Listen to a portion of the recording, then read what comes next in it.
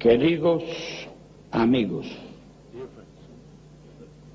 y con qué gusto lo digo, así, queridos amigos, Estados Unidos, hablando de derechos humanos.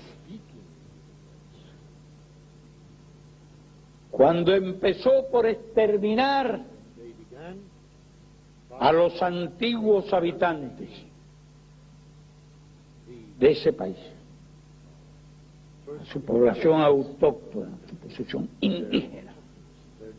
¿Quién puede olvidarse de aquella época y de aquella tradición de recolectar cueros cabelludos de indios?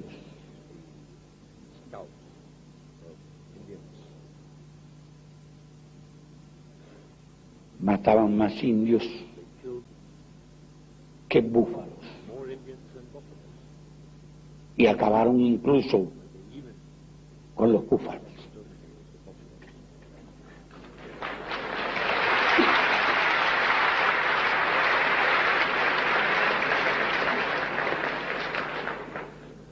Expandieron el Estado a costa de los territorios de otros y se extendieron arrebatando tierras.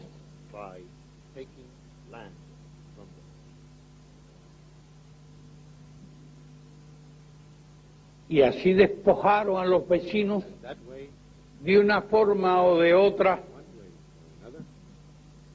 de cuántos millones de kilómetros cuadrados de tierra. Solo a México le arrebataron más de la mitad de su territorio.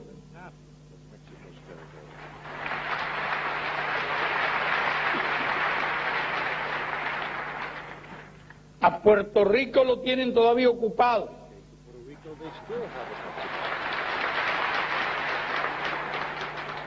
A Cuba hace más de 150 años quisieron devorársela.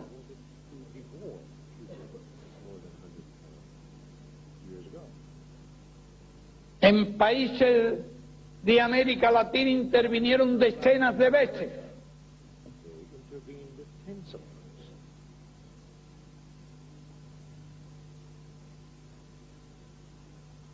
A Panamá le impusieron el canal.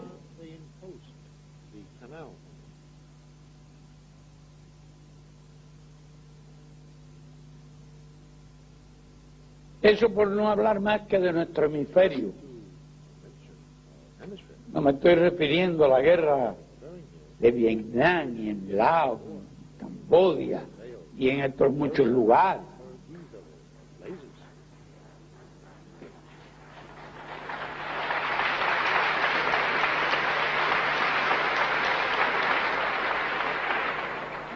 ¡Qué historia!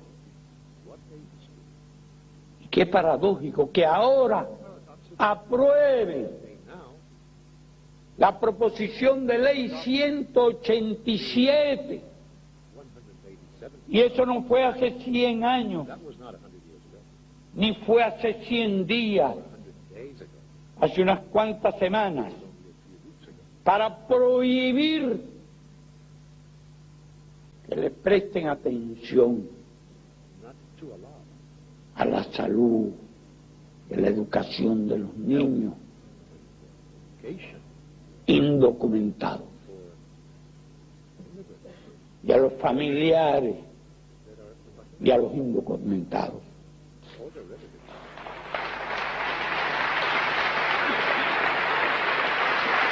¿Qué concepto, qué respeto por los derechos humanos son esos?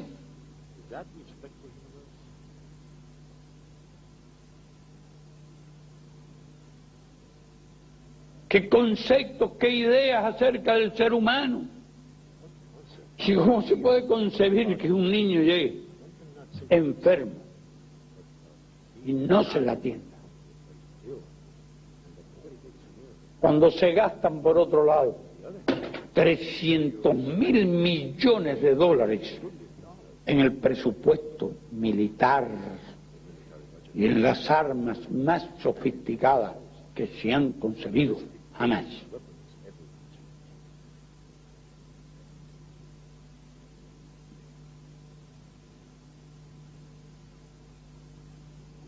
Y no hay que remontarse a los pasados tiempos. En los tiempos modernos, desde que la revolución existe, ¿cuál ha sido la historia de la política exterior de Estados Unidos? Ese campeón de las libertades, ese campeón de los derechos humanos. La alianza estrecha con los regímenes más represivos y más sangrientos que han existido en el mundo.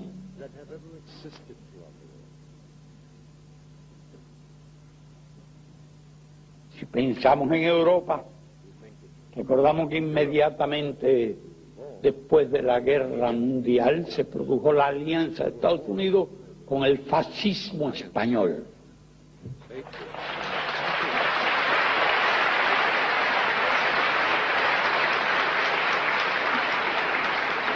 Que fue instaurado con las armas de Hitler y de Mussolini.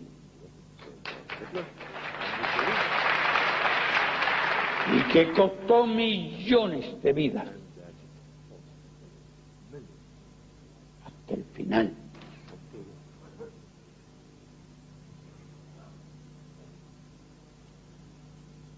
No podemos pasar por alto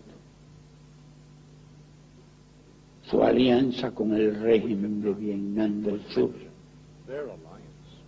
y su guerra genocida contra el pueblo vietnamita en el sur y en el norte.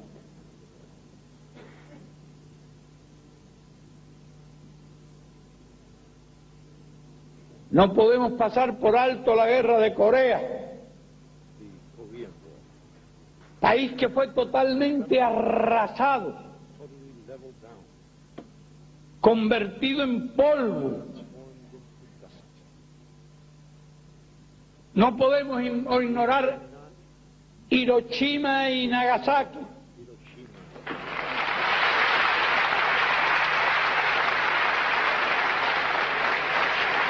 Con el empleo innecesario de armas nucleares. Empleo absolutamente innecesario y que en todo caso podrían haber sido utilizadas contra alguna instalación militar y que cayeron sobre poblaciones civiles de cientos de miles de habitantes para instaurar la era del terror atómico en el mundo. No podemos olvidar la alianza con Sudáfrica y el apartheid.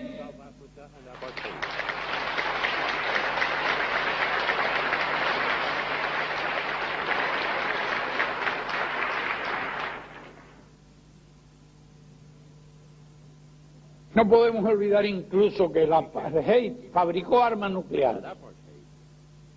Y cuando nosotros luchábamos en el sur de Angola contra el ejército del apartheid junto a los angolanos, ya Sudáfrica tenía armas nucleares, varias armas nucleares, y los Estados Unidos sabían que Sudáfrica tenía armas nucleares y que esas armas nucleares podrían ser empleadas contra los soldados cubanos y angolanos. Pero era Sudáfrica. Era el racismo y el fascismo. Ellos que han armado gran escándalo y hasta han amenazado con la guerra por la supuesta idea de que los norcoreanos querían desarrollar armas nucleares, toleraron, permitieron, consintieron y por vías indirectas facilitaron la construcción de armas nucleares por parte de Sudáfrica. Pero si nos acercamos a nuestro continente y en época reciente, ¿quién puede olvidar la guerra sucia de Nicaragua? Organizada a través de mercenarios armados, que costó la vida de decenas de miles de nicaragüenses y la mutilación de miles y miles de nicaragüenses. ¿Quién lo puede olvidar? El campeón de la libertad, el campeón de los derechos humanos.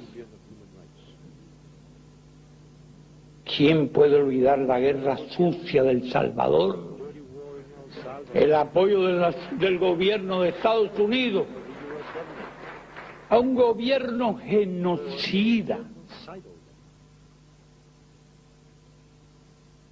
al que entregó miles de millones en armas sofisticadas para aplastar la rebelión del pueblo. Guerra que costó más de 50.000 muertos. ¿Y por qué tuvo lugar la guerra de las Malvinas?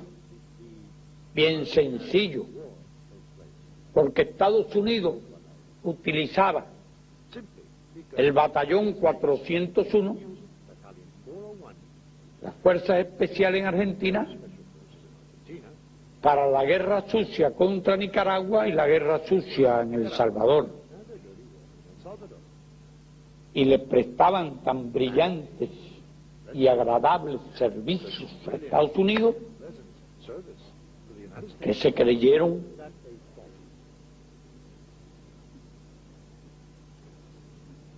en la ocasión de ocupar las Malvinas.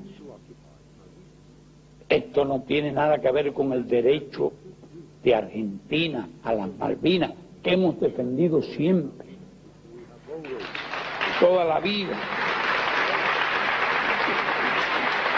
Pero los militares argentinos creyeron que habían llegado la hora de cobrarles los servicios que les prestaban en Centroamérica a Estados Unidos, para que lo apoyaran en aquella aventura militar. Fue una aventura,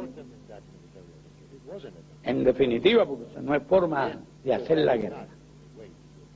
Las guerras se hacen o no se hacen, y se hacen, y si se hacen hay que llevarlas hasta las últimas consecuencias, si son guerras justas.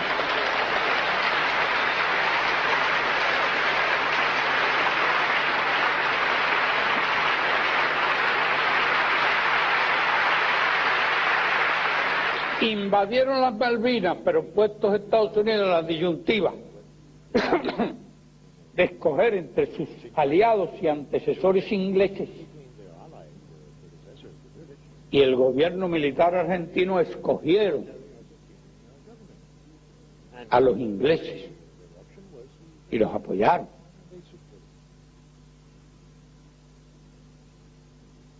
¿Quién puede olvidar lo que ha ocurrido en Guatemala desde la época del gobierno de Arbenz en los años 50?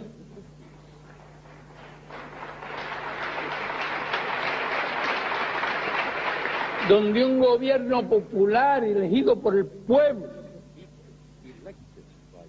intenta hacer una reforma agraria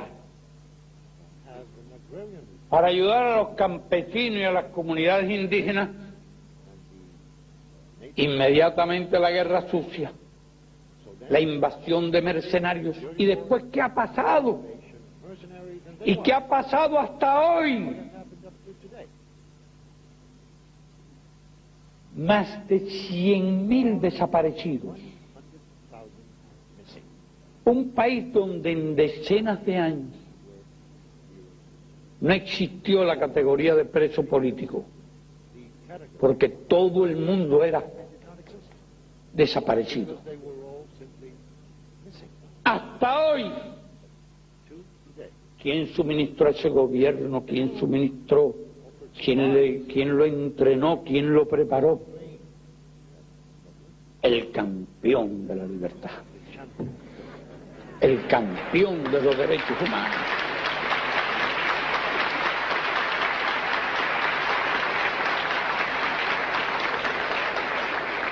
¿Y qué pasó en Chile con el gobierno popular de Salvador Allende?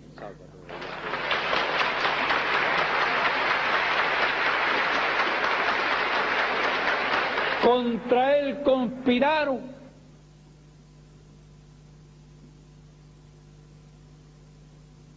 Su economía fue de diversas formas bloqueada. Se fueron creando las condiciones para el golpe.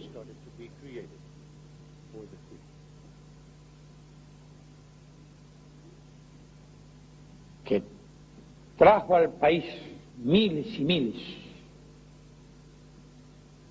de desaparecidos y de asesinados.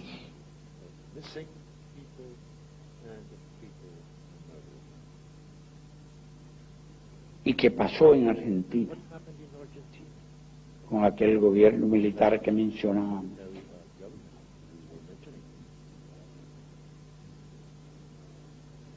Se dice que como mínimo 15.000 desaparecidos.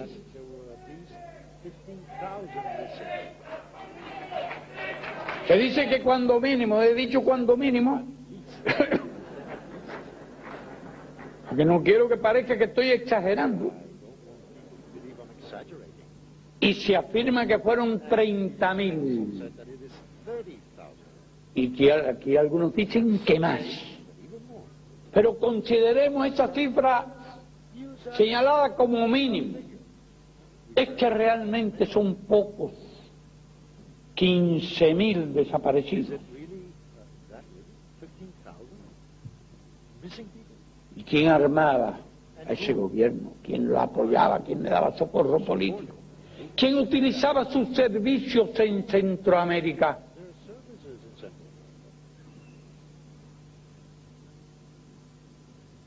Los campeones de la libertad, los campeones de los derechos humanos.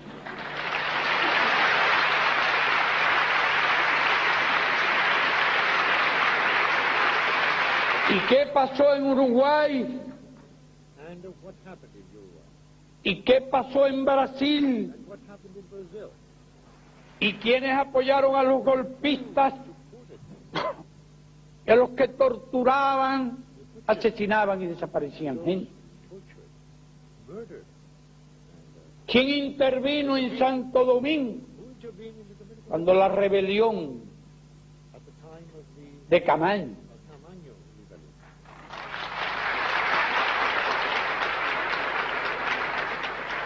¿Quién invadió Granada?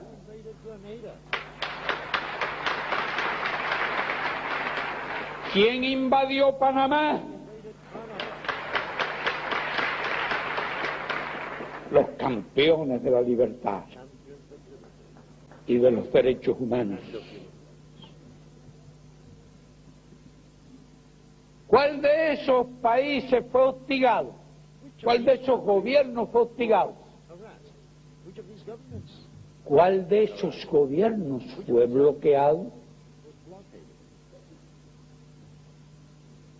Todos los que he mencionado. ¿A quiénes de ellos les negaron los créditos y el comercio? ¿A quién de ellos defendieron de venderle armas y suministros de guerra? ¿A quiénes no entrenaron en la llamada acciones antisubversivas? ¿A quienes no entrenaron en el arte del crimen, la desaparición y las torturas?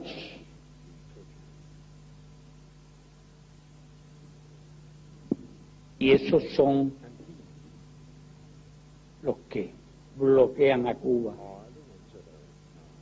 los que calumnian a Cuba, los que acusan a Cuba de violaciones de los derechos humanos para justificar sus crímenes contra nuestro pueblo,